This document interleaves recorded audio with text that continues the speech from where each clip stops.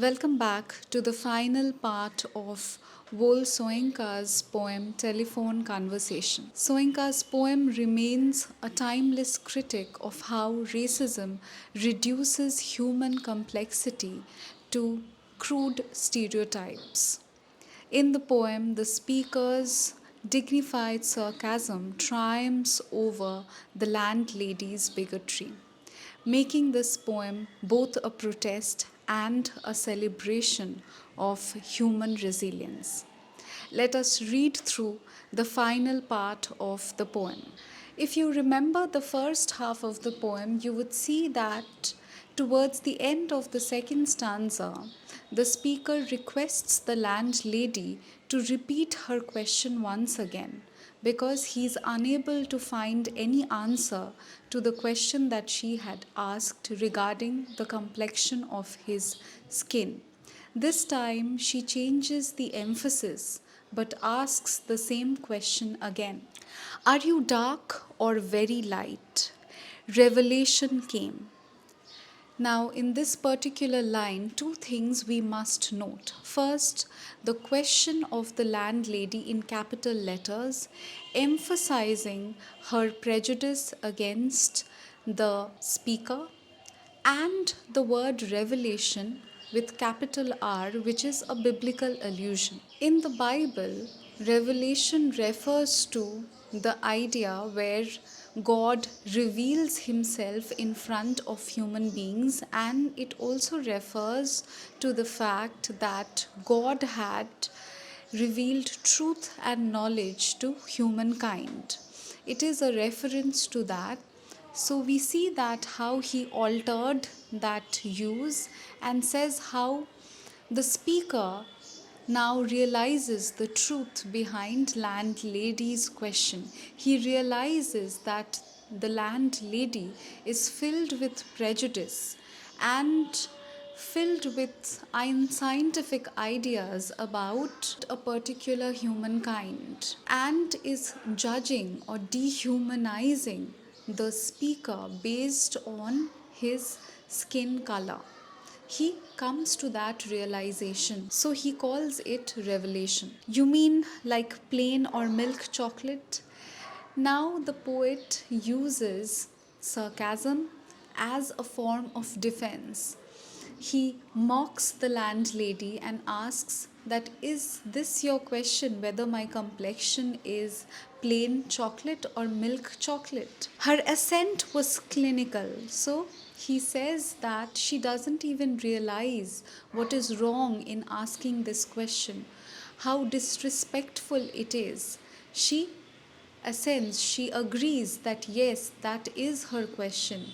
Her question is based only on the speaker's complexion. And her question is clinical, it is distant. There is no warmth of human affection, crushing in its light impersonality, and it almost crushes the speaker to note the impersonality and clinical inquiry. She is aloof. She puts forward the question as a form of very mechanical inquiry. Rapidly, wavelength adjusted, I chose.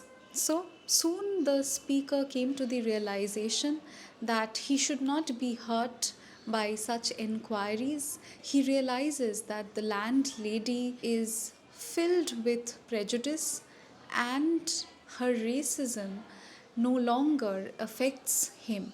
He puts up a shield, and the shield is what? The shield is his dignified sarcasm. He quickly adjusts himself to her inquiry. He adjusts himself to her impersonal, almost clinical inquiry. He chose a couple of words, again, very mechanical words, very clinical, professional words.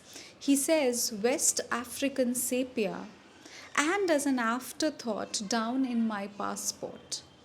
Now, he humors the landlady and compares his skin tone to a filter that we often find in photographs in photographs these days, the black and white photographs, there is a reddish brown shade that appears on black and white photographs. He compares his skin tone to that. Silence for spectroscopic flight of fancy.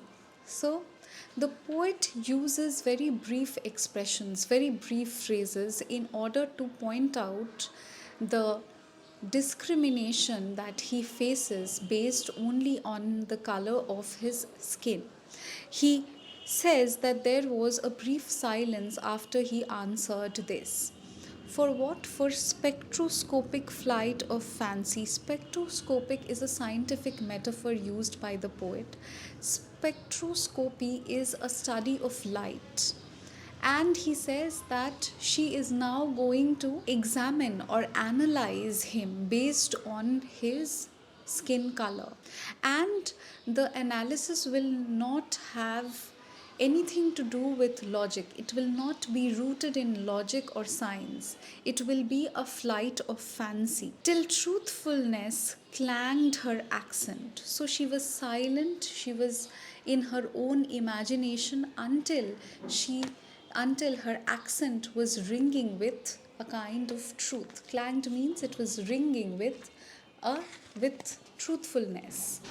Hard on the mouthpiece. So they are having a conversation, having a telephone conversation through the receiver. The truth came. What's that? Conceding. That is the landlady admitting now that she doesn't know what it is. What is West African sepia? Don't know what that is. So it is true that she wants clarity about the complexion of the speaker's skin, of the poet's skin, yet she knows nothing of these human beings, their struggles, and how she should treat another human being. She has only reduced them to their complexion, to their skin color. So there is a constant dehumanization which she is not aware of at all. The poet answers like brunette. So he uses a term that is a part of white dictionary, a part of white lingo. He says that I am like brunette. That's dark, isn't it? So she says again, she says that that's quite dark, isn't it? Now the poet or the speaker loses his self control to some extent and uses his sharp sarcasm, sharp wit as a form of defense against such discrimination and such dehumanization. And he answers. He says, not altogether. Facially, I am brunette. My face is dark. It's like the dark brown hair. It's brunette. But, madam, you should see the rest of me. And he says, he bears himself in front of her and says, but you should examine the rest of me as well. Palm of my hand, soles of my feet are a peroxide blonde. So he says, but however, the palm and the sole of my feet, these two areas of my body, these two areas are slightly lighter. These are blonde. Friction caused foolishly, madam. So he says, due to friction, foolishly, because I sit down, by sitting down, has turned my bottom raven black. So he compares his bottom to a raven, that it is as black as raven. One moment, madam. So once he says that, he realizes that now the receiver will go down and the landlady will hang up. So he senses it. He senses her receiver rearing on the thunderclap. Thunderclap is auditory detail, that she is going to slam the receiver and she is going to disconnect the line. And before she could do it, and about my ears. So she is going to, there is, this entire action shows a kind of violence. A violence that is not perhaps physical, but nonetheless, it is of great importance. Even the words, this dehumanization and judgment based on only the complexion of one's skin reduces a person's humanity to his skin color alone. So, this he tries to protest, but with very brief words and with his sarcasm. And he says, "Madam," I pleaded, "wouldn't you rather see for yourself?" So, he mocks her prejudice and bigotry, and he stands tall. He doesn't give in to her scrutiny.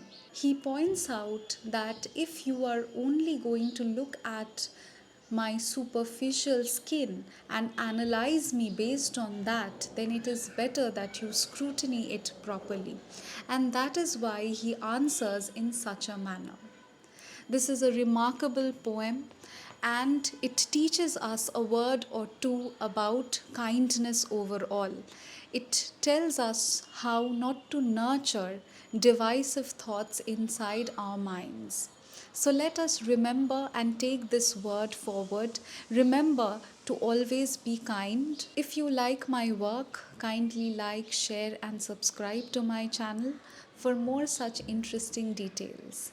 See you in the next video. Thank you for watching.